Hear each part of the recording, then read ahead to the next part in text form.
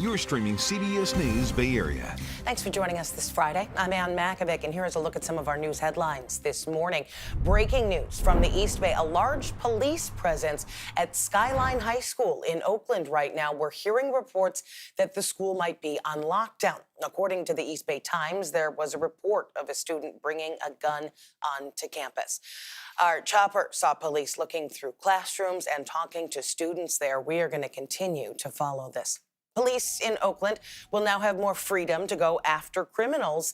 This comes after the police commission voted to approve changes to the city's rules on high-speed chases. Before, officers had to get permission to chase suspects going more than 50 miles an hour, but now police are going to be able to start pursuits and then get supervisor approval to continue them. 75 people out of their homes after fire tore through a two-story apartment building in San Jose. Firefighters say that fire started inside the attic of the apartment complex on David Avenue. Those flames impacted 22 apartments. This happened just after 5 yesterday evening. No injuries reported. The cause of that fire still under investigation. 3 men have been charged in connection with that smash-and-grab robbery at a jewelry store in San Ramon. More than 20 thieves stormed Heller Jewelers at the City Center Bishop Ranch Shopping Center on Monday. They smashed display cases with pickaxes and grabbed whatever they could. That video here shows them shooting through the glass doors after struggling to leave the store. Officials say they stole more than $1 million worth of stuff. Police detained several suspects in Oakland and Dublin, and now the DA's office says that Michael Ray Jr., Jimmy Ray, and Ira Austin all facing numerous charges, including second-degree robbery. Police still working to identify other people involved. All right, the weekend is just about upon us. Let's get a check on our first alert forecast now. Meteorologist Jessica Burt's tracking today's warm-up and a shift ahead. It has been a very active weather week for us here in the Bay Area. Tuesday, we had a heat advisory off into our inland spots, making its way all the way up along the peninsula. Wednesday, we were talking about stormy weather, and today, well, as we wrap up this week and head into this weekend, we're actually going to see some more fall-like weather around the corner. Today's a little bit above average, actually, by about 7 degrees in Redwood City at 84. 84 all the way down into San Jose, putting us 3 degrees above average there. We have some 90s trickled in there off to the East Bay, and you make your way up into wine country. We have 80s in store for us today, just in time for harvest. At the same time, some other things to mention. It's a little bit cooler and cloudier along the coast today. We do have those light winds starting to pick up into the afternoon hours along the coast. That influence will bring us some 70s and higher relative humidity into places like San Francisco. The winds will be a lot lighter down into the Santa Clara Valley, with daytime highs, of course, sitting in the 80s, putting us a little bit above average too. But we have some changes in the forecast as we head into this weekend. And then by next week, Monday and Tuesday, we're talking about some storms returning into the forecast. But before we even get there, let's talk a little bit more about those winds. Very light this morning, actually pushing a little bit offshore, which is unusual. But as we head into the afternoon hours today, they start to pick up. That onshore influence will be noticeable in places like Half Moon Bay up into Stinson Beach and all the way up into Bodega Bay. We're expecting about 20 to 25 mile per hour winds the more north we go along that coastline into the evening hours tonight. But let's take a look at the next 7 days. Today is a warm day for us. We actually cool back down into the 80s tomorrow, 70s by Sunday, and then we hold on tight to 70s as we head into next week. That's our inland forecast. Beautiful weather across the board, but more fall-like for sure as we head into this weekend and early next week. Now we make our way over into the Bay. Places like Oakland and San Francisco will also get that stormy weather. We'll keep you updated on those rainfall totals here in the Weather Center. Thanks, Jess. Now, more to some big changes in the Oakland Police Department's pursuit policy. Police officers have now gotten the green light to engage in a high-speed chase to track down criminals. But as Veronica Macias tells us, critics are concerned about the potential risk to the community. Police officers here in Oakland now have more freedom to go after criminals. Imagine what it's like for a victim knowing that police cannot pursue a suspect trying to escape and speeding off. It all changes immediately in this latest effort in Oakland to crack down on crime. This policy now allowing officers to pursue a suspect going over 50 miles an hour. Officers no longer will have to call it in, just get clearance to continue a pursuit. Police Chief Floyd Mitchell arguing that high-speed pursuits are necessary in Oakland. But advocates who wanted the policy to remain the same are afraid of the potential innocent lives at risk when there's a high-speed chase on the streets of Oakland. because they've seen it before. In May, one incident strongly making the case against these high-speed pursuits, a beloved Castlemont High School teacher killed as a driver tried to get away from CHP. Law enforcement, though, said they had stopped chasing when Mr. Marvin Boomer was struck. While safety advocates praise this new policy, some people are questioning it and whether it will be worth risking lives here in Oakland. The pursuit of non-violent felonies is just not on the table. I feel like the police doing these chases isn't always the solution that we need, because at the end of the day, there's a bigger risk for the chases than there are a solution. And there was pressure from the highest level here in California. The governor had threatened to pull CHP resources if the policy did not change here in Oakland. Data showing from police that there were a total of 600 police pursuits between the year of 2018 and 2023, 6 of them being deadly. Well, the police department says they will report back quarterly to see if the policy changes are leading to dangerous chases causing more deaths or injuries. Former FBI Director James Comey has been indicted. That just days after President Trump called on the DOJ to prosecute his political enemies. Comey has been criminally charged with 2 felonies, making a false statement and obstruction of a congressional proceeding, both related to Senate testimony in 2020, in which he denied authorizing leaking information to the media. Comey proclaimed his innocence on social media last night. I have great confidence in the federal judicial system, and I'm innocent. So let's have a trial. My family and I have known for years that there are costs to standing up to Donald Trump. Last week, President Trump says he fired the previous U.S. attorney in Virginia who would not pursue charges against Comey, and he was replaced by White House aide Lindsay Halligan, who did file the charges. Halligan, who does not have prosecutorial experience, was the only one to sign the charging documents, which legal analysts say is unusual. This morning, President Trump called the indictment a win. It's about justice, really. It's not revenge. It's about justice. Comey was one of the people. He wasn't the biggest, but he's a dirty cop. He's always been a dirty cop. Everybody knew it. According to court documents, the grand jury rejected charging Comey with an additional count of lying to Congress.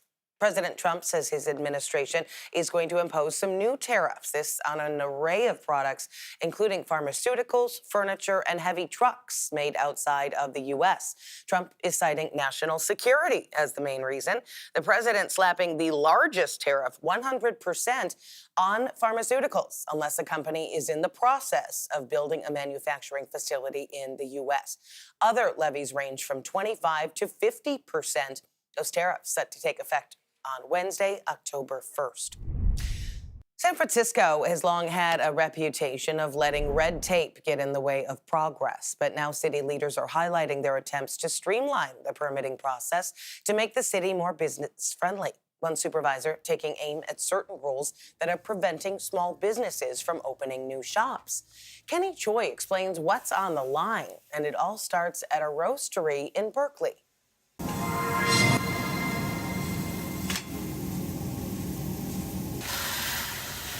Milana Ram has been tinkering with her coffee roast. When she does, she often thinks of her parents in India. The motivation basically came from trying to save the family farm, but now once we are in this, we are so passionate about the coffee. She and her husband, Himanshu Baisare, studied and found jobs as software and electrical engineers, but it's hard to hide what they really want to do next. The beans come from a small region called Chikmagalur. It's in a southern mountain region of India. They rent time at a roastery in Berkeley every couple weeks and are selling their product at farmers markets. But they hope to build their brand by opening a brick-and-mortar roastery and cafe in San Francisco where they live. We were pretty much literally like one dot away from signing the lease agreement. But North Beach permitting rules include a prior use requirement. That means a new coffee shop and roastery wouldn't be allowed to open at this spot on Lombard, which was once a dry cleaning business. Milana and her husband couldn't believe it. I went to 2-3 more offices in the same department. Is this really true? Because it made no sense to me. District 3 Supervisor Danny Sauter has introduced legislation to eliminate that prior use requirement among other permitting rules. It's things like that that are really frustrating, especially when we have someone who wants to bring their business to San Francisco, and we have all these barriers that are preventing them from opening up. Sauter believes by loosening the restrictions, it will directly impact the number of vacant storefronts in North Beach.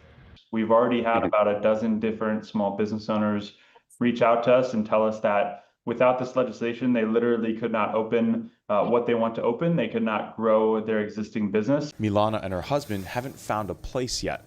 I am extremely hopeful that the bill is going to get passed, new law is going to be in effect in a few months, and we will get our cafe on Lombard Street. They believe they're a step closer to opening their first cafe and roastery and bringing Indian coffee from her parents' farm to the Bay.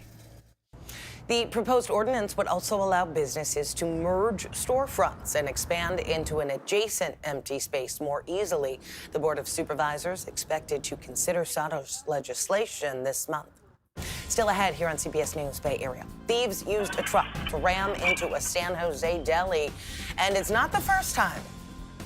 Unfortunately, people just disrespect us time after time. How a family's dream business has turned into a nightmare.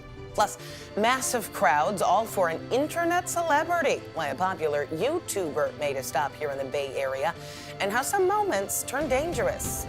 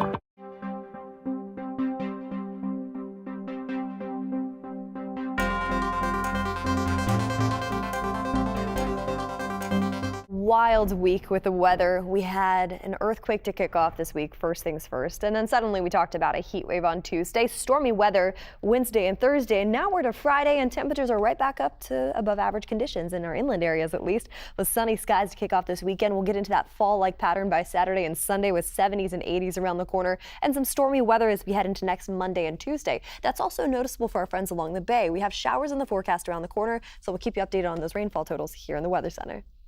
And you might have seen this in the sky last night, a bright light streaking across the Bay Area and could be seen through much of Northern California. This video from one of our viewers in Brentwood, Sherry, filming that mysterious object at around 8 o'clock. No word yet from NOAA if this was a meteor or space debris or something else. It is a community favorite in San Jose that's been serving up Italian favorites for decades. But now the family that owns Antipasto says that they feel like they're under attack. This week, somebody drove their truck into the store on McKee Avenue and then burglarized it. And this isn't the first time it's happened. Len Ramirez shows us how the community is rallying behind this family.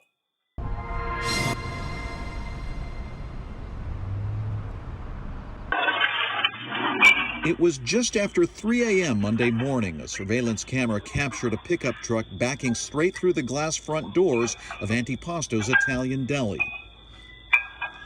Within seconds, burglars rushed inside, grabbing expensive bottles of wine and beer before taking off, leaving behind a trail of broken glass and twisted door frames. It's the third time since 2024 the family-run deli has been hit this way. The last time, just this past July, happened in almost the same way. Today, Nick DeRose said the family is considering some sort of barriers to block the entrance, but it's a balancing act because they don't want to make their store into a fortress. It's frustrating. We come here, we've been doing this for 38 years, and unfortunately, people just disrespect us time after time. And it's getting a little harder and harder as time goes by. After 38 years, we're getting a little fed up with the disrespect. Antipasto's was opened in 1986 by Nick and Mary DeRose. Nick Sr. has since passed, but Mary still works here daily, keeping her husband's dream alive. You feel like you're invaded, you know, and it's invasive on your personal life, that someone's targeting you and the family. So we do the best we can and start over again. That's all we can do. As usual, the business was packed around lunchtime. Among those showing support today, Santa Clara County District Attorney Jeff Rosen and his Chief Assistant DA Jay Boyarsky. I want businesses like this to thrive in East San Jose and all over our county, and that's why we got to catch the guys who did this and put them away and send a message that if you commit a crime like this, you're going to get caught and you're going to go to jail. Gino, the oldest brother, says the outpouring of community support is what keeps the family going. But he admits each time the thieves strike, it gets harder. We try to keep a smile on our face and be grateful for the customers that walk through the door and pay their patronage to us and their support for many years. I mean, it's a great community. We enjoy being here, and we look forward to still being here, but you know, nobody can tell what the future is. Well, the losses total more than $6,000. Just last week, the Santa Clara County DA's office announced funding for security cameras and cement barriers to help prevent crimes like these. Massive crowds throughout San Francisco and other parts of the Bay Area, all for one person. He drew these crowds outside of his hotel yesterday, met with local restaurant owners who took pictures with him to put up on the wall, and even got a personal welcome from city leaders. Really the kind of reception that you'd expect for a famous musician or movie star. But this guy is a YouTuber. I Show Speed. He's a 20-year-old live streamer right now on a world tour, streaming his adventures 24/7 to viewers online. He has 44.5 million subscribers on YouTube. These crowds were everywhere he went. Even got a warm welcome from Mayor Daniel Lurie. All right, everybody, I'm with I Show Speed. Tell us about your first impressions of City Hall. Listen, bro, it's amazing. There's quinceañeras, weddings, everything's here. It's beautiful. I'm going to call Mayor Daniel Lurie bro next time I see him. Our chopper followed the chaos yesterday. Fans following Speed and his crew with e-bikes, Lime scooters, and cars, as you can imagine. Some of these moments did become dangerous. We spotted a car there running over a bicycle and speeding away. That was on Van Ness Avenue. Looks like the cyclist luckily was not hurt. The scene at the Golden Gate Bridge drew some concern. He did a backflip on the walkway of the bridge. Speed and his entourage did notice our chopper watching him a few times. And as you saw, his fans were following wherever he went. We even joined the chaos at various points. Our photojournalist Jim Flanagan spoke with fans on why this means so much. Tell me, why are you out here? Why are you on top of somebody else just to see him? Because he's an amazing guy. He's really kind-hearted. He's giving away so much. He's just a really good guy. What do you hope to gain by chasing him all over town? An autograph, maybe a picture, anything just to see him. And when day turned to night, he got into his SUV, bodyguards in tow, and headed over to Oakland, where he visited Hi-Fi Burger and ended up in the middle of a sideshow street takeover. This was his first stop in California, part of his 35-day tour. His next stop, things are going to get crazy. That's in Vegas. The 49ers staying home as they host the Jaguars on Sunday. The Niners hoping to remain undefeated, but as Matt Lively explains, the question over the quarterback has yet to be answered. This is the Audi Red and Gold Report. Let's start with the good news. Brock Purdy says he's progressing well from his toe injury. The bad news, it's shaping up to be another week where we don't know who is starting under center on Sunday, and you can't just ask Kyle Shanahan to name his starter quite yet. Let me call him and ask real quick. Yeah, you do that, Mac. Purdy was once again limited in practice Thursday, but was seen taking the first reps in quarterback drills. That's a good sign towards seeing Brock back on Sunday. But for now, Purdy is day-to-day with Jones ready to back him up if needed. Really like where I'm at with the progress with it healing up and feeling better and dropping back, throwing, and like where I'm at. So it's been good. Playing Sunday for sure. We'll see. Yeah, I'm taking it day by day still, but feel a lot better. Just like any other week, you're going through the week, getting ready for the game plans as a backup or a starter. So feel comfortable doing both, and I'll be ready to play. For the Red and Gold Report, I'm Matt Lively. For more on this weekend's matchup, join Matt and Vern Glenn for the Red and Gold Report tonight, 7:30 on KPIX, and streaming on the free CBS News app. Still ahead here on CBS News Bay Area, flyers warning about an animal that has been on the attack. How an aggressive squirrel is terrorizing a Bay Area neighborhood. And so she turns around and just jumps on his head, scratched his ear.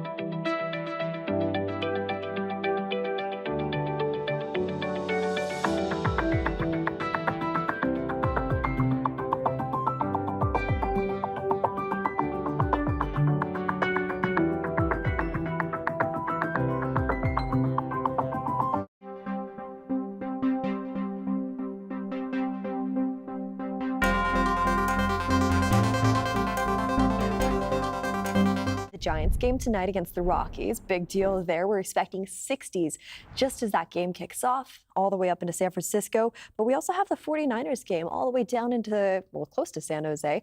It's going to be against the Jaguars, and we're expecting 70s as that game starts on Sunday just around 1 o'clock. Some other things to talk about, too. Yesterday, the day before, we had some rain in the forecast, and it was pretty impressive in certain pockets of the Bay Area. For example, Los Gatos sitting around a half an inch of rain in total, about a tenth of an inch all the way up into Napa, Livermore. Less impressive numbers along the Santa Clara Valley, but for the most part, this was a South Bay storm. It was wringing out a lot of its moisture, a lot of its energy. We even saw lots of lightning, too, in the hills closer to San Jose, stretched all the way down into places like Gilroy.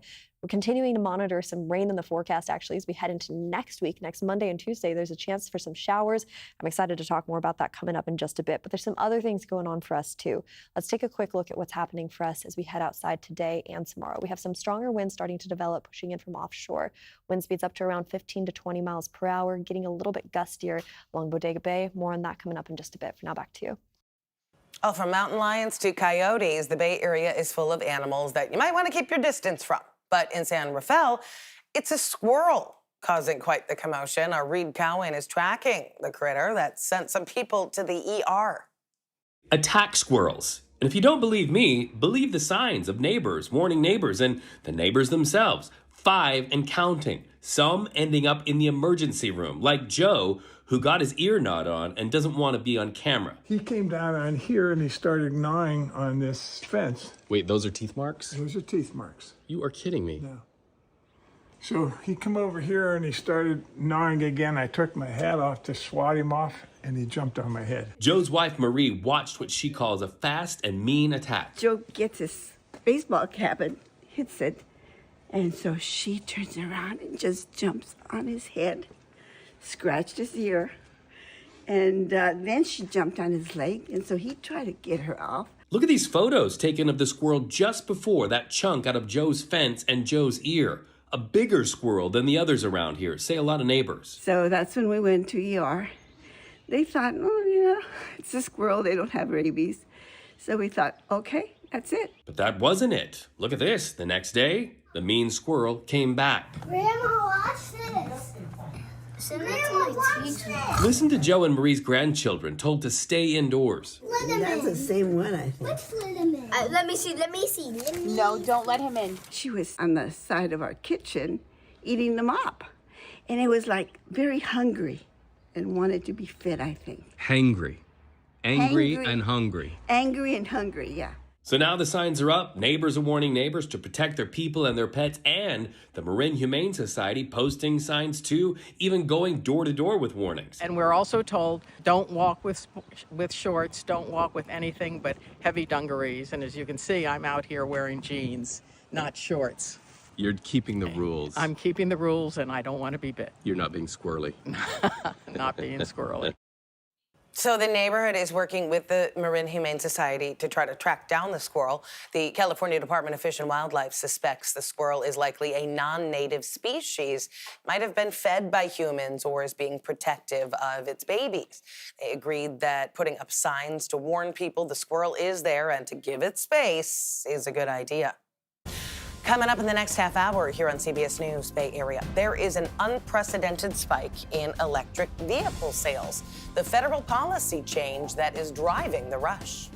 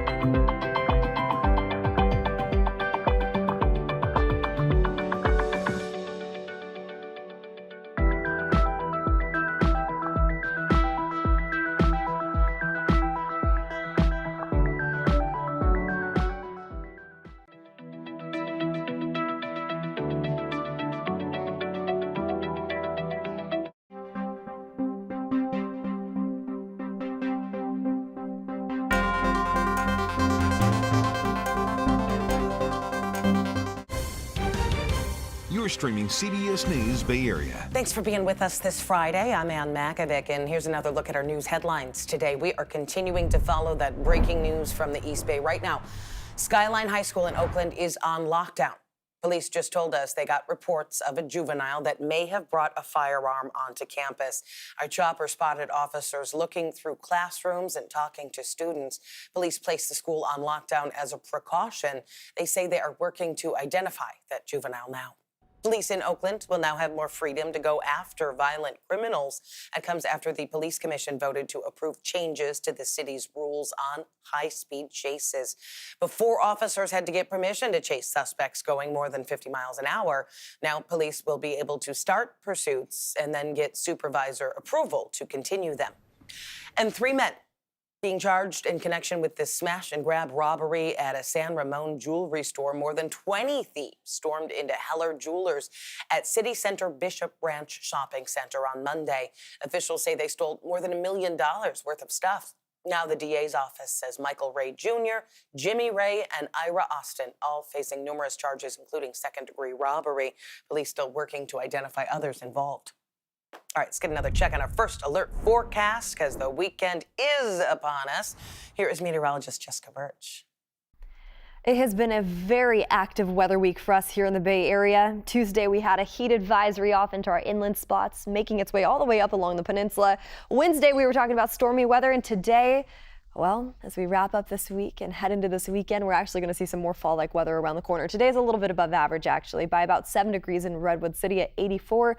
84 all the way down into San Jose, putting us 3 degrees above average there. We have some 90s trickled in there off to the East Bay, and you make your way up into wine country.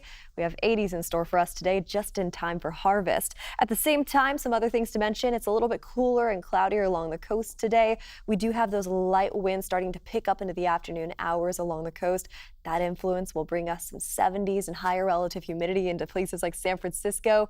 The winds will be a lot lighter down into the Santa Clara Valley, with daytime highs, of course, sitting in the 80s, putting us a little bit above average too.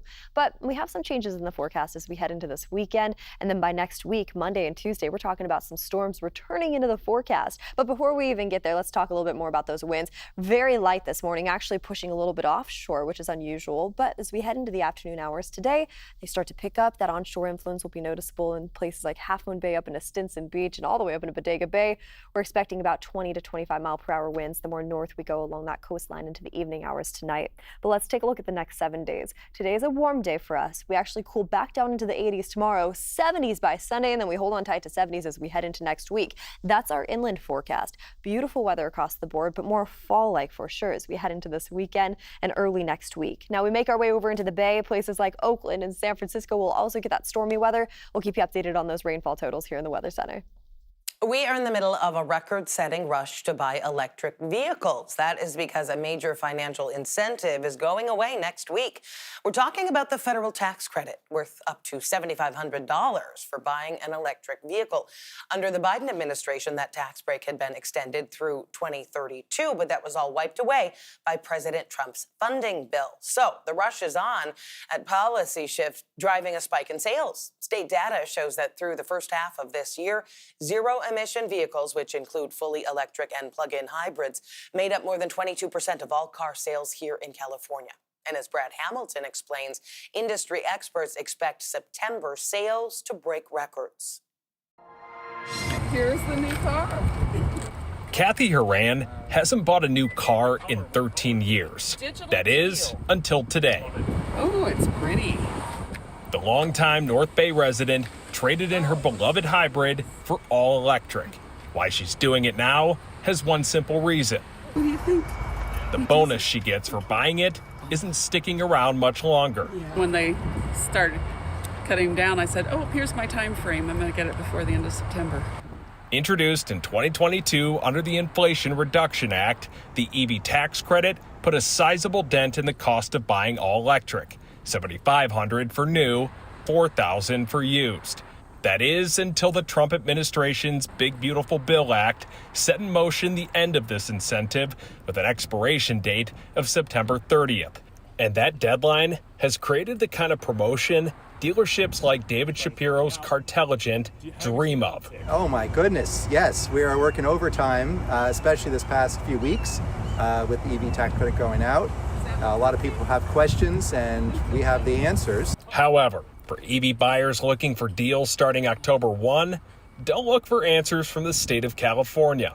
While in San Francisco last week, Governor Newsom, a big supporter of electric vehicles, said the state won't be replacing the federal tax credits with its own rebates. So we can't make up for federal vandalism of those tax credits, but we can continue to make the unprecedented investments in infrastructure. And for the bigger picture on how big of a deal this soon-to-be no deal is on EV, economist Patrick Anderson has his thoughts. They can't fall off a cliff because they're not very high. Okay, so they're going to fall off a small hill because that's as high as they got. You want to sit on the passenger seat? Bottom line, for someone like Kathy, well, she's not worried about cliffs or hills. Thank you. Thank you. Today, she got the keys to a brand new car, and it's on a deal that ends soon. Well, the plug is also being pulled on the state's Clean Air Vehicle Decal program. Starting next Wednesday, EV owners are no longer allowed to drive in the HOV lane solo. According to the DMV, it has the authority to create the CAVD program, but the state must follow federal regulations that are expiring. Starting October 1st, full toll rates will also apply to EV drivers. A plastic recycling startup in Sonoma County says it is leaving California over backlash on its planned operations in the North Bay. The company Resynergy, which turns plastic waste into fuel and new materials, is blaming regulatory hurdles and permitting issues. The company had been battling for permits for a plastics recycling facility in Rohnert Park. Some neighbors expressed concern about how close the plant is to homes and a school, as well as the possibility of contamination. Well, now, CEO Brian Bauer has confirmed the move and said there are better economic incentives elsewhere. No word yet on a new location.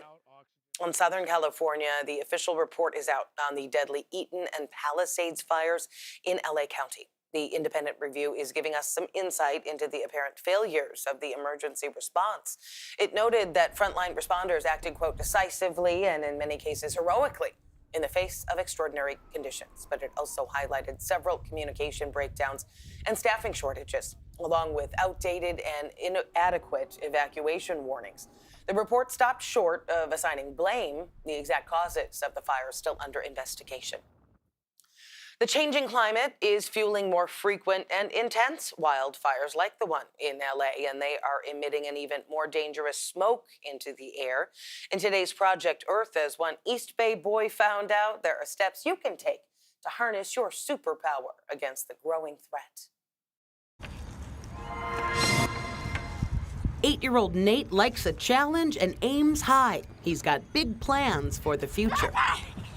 I want to be a singer or artist and be in the army and an astronaut. Another goal? You're just like... knowing how to keep his asthma under control. All I say is, if you have asthma, try avoid pulling the trigger. One big trigger, wildfire smoke, is posing a unique threat. New research is showing that wildfire smoke might be especially toxic, especially dangerous form of air pollution. Marshall Burke is a professor at Stanford University. He says as the climate continues to warm, expect more wildfires with a lot more smoke that contains all kinds of chemicals. Nearly 50 million homes in the U.S. are now located in or near forested areas, with millions more to be built. Unfortunately, as wildfires burn into cities, what's in the smoke is often what's also in our houses. Wildfires burn up cars, they burn up what's under our sink or in our garages, and that can be really nasty stuff, again, that ends up in smoke that is then inhaled. Add to that the ultrafine particles already found in smoke that can penetrate the lungs and enter the bloodstream. Burke's research projects that by 2050, smoke exposure alone will kill 70,000 people a year. That includes children, older adults, and those with lung disease. Already a big number, likely to get bigger under future climate change. To address the threat, Burke and his team created a free online tool, an interactive atlas. So here we have the atlas up. Zoom in or enter your address and learn about the wildfire smoke risk in your home. Soon the site will include what you can do to reduce that risk, including portable air filters. Not everyone can afford a $200 air filter, so we need to make sure that people can access them. That's where Dr. Tanya Piperly and Vivian Chang of Breathe California step in. The nonprofit serves 8 counties around the Bay Area. Part of their mission is to give air purifiers to those in need. There are resources out there. We go out to community centers, and we also work with our partners to do a lot of education and bring awareness about this root cause that is climate change. Breathe California offers other resources, including a free summer camp for kids with asthma, where they can learn to avoid triggers and use medicine. We hope that they come out of camp just with the confidence and the knowledge that they need to stay safe at home, at school, and so they can take charge of their asthma. Nate loved it. His dad knows that knowledge is power. We can be more informed so that we can protect our kids and protect each other. Perhaps the best kind of superpower as the climate continues to warm. Well, you can test out the atlas by going to our website, kpix.com, and also learn about Breathe California's big walkathon scheduled for this Saturday. Coming up next here on CBS News Bay Area, we are going to meet a man here raising awareness about the emotional and physical toll of living with alopecia. The efforts he's making so his daughter won't have to go through the same struggles he has. And it brought me back to some of those emotions that I haven't thought about or felt for 3 or 4 decades.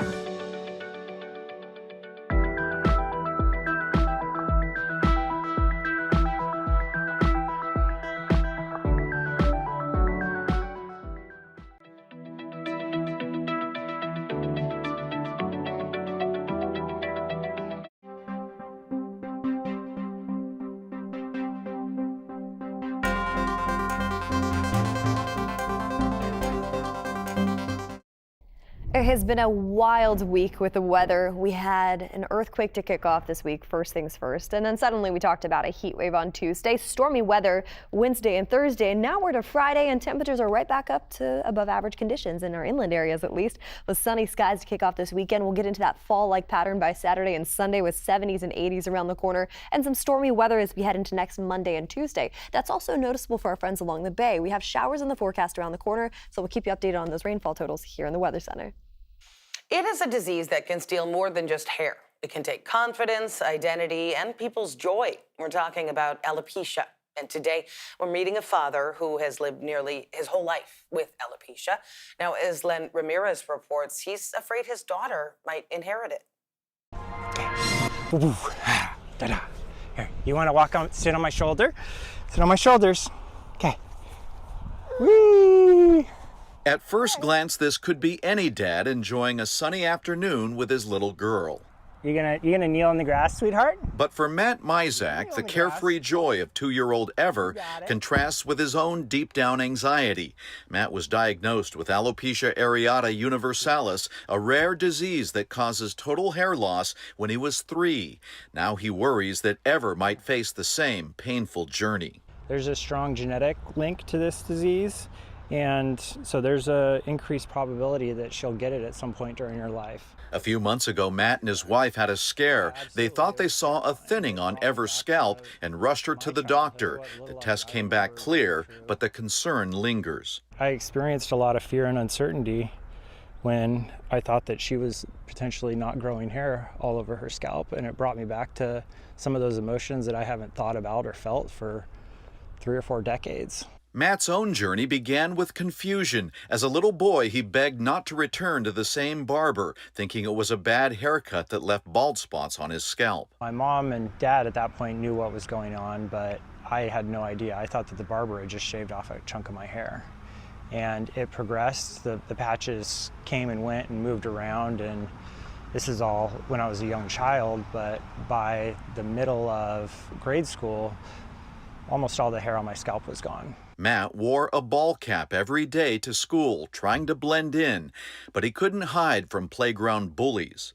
One of the cool, tough kids called me names, so I got in his face, and he flipped off my hat, and I tried to tackle him, and fast forward, we're both in the principal's office, and my parents are being called, and it caused problems. It caused emotional problems for me. Although the discussion about hair loss and alopecia often focuses on the female experience, Matt says it can be just as tough on the guys, especially if it comes at an early age. It just really hurt. That doesn't know gender. Here is our brave, strong, beautiful, bald Barbie, and Ken is coming soon.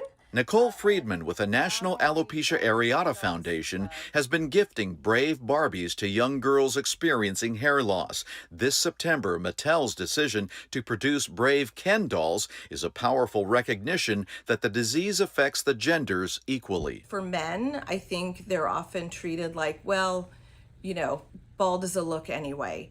And the fact is, alopecia areata disproportionately affects children 18 and under. So it's not a look for a 6-year-old or a 10-year-old or a 14-year-old. Alopecia is an autoimmune disorder where the body attacks its own hair follicles. There is no cure, but new trials show promise.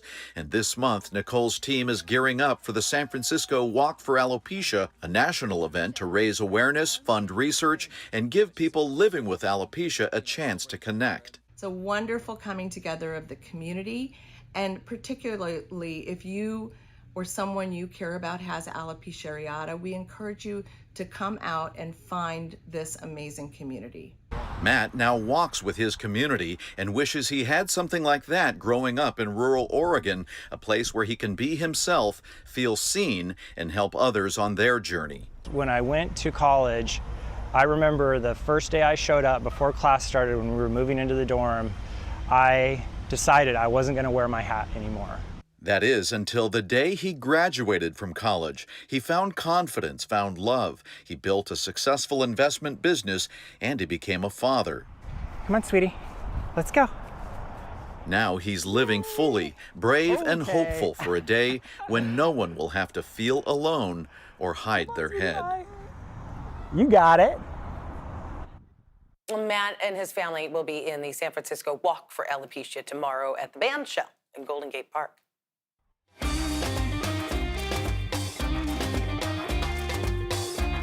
As we celebrate Hispanic Heritage Month, we are highlighting a Chicana artist whose art is making waves with her vibrant and culturally rich artwork, all while telling the story of her roots.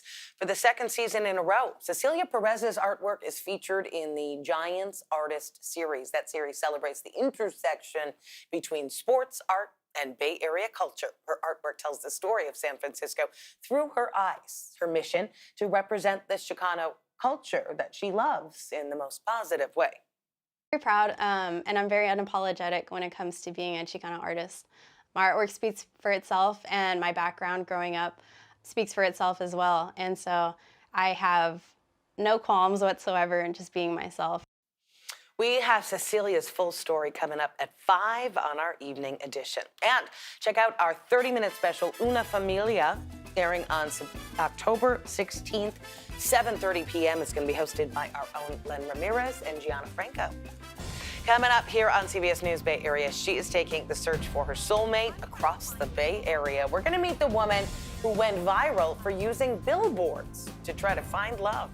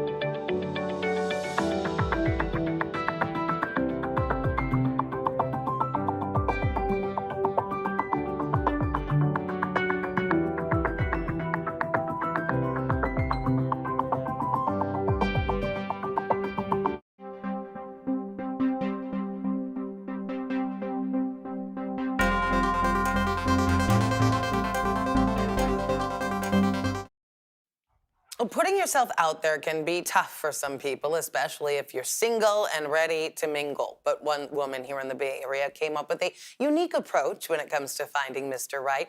As Sarah Donchi shows us, she decided to think bigger.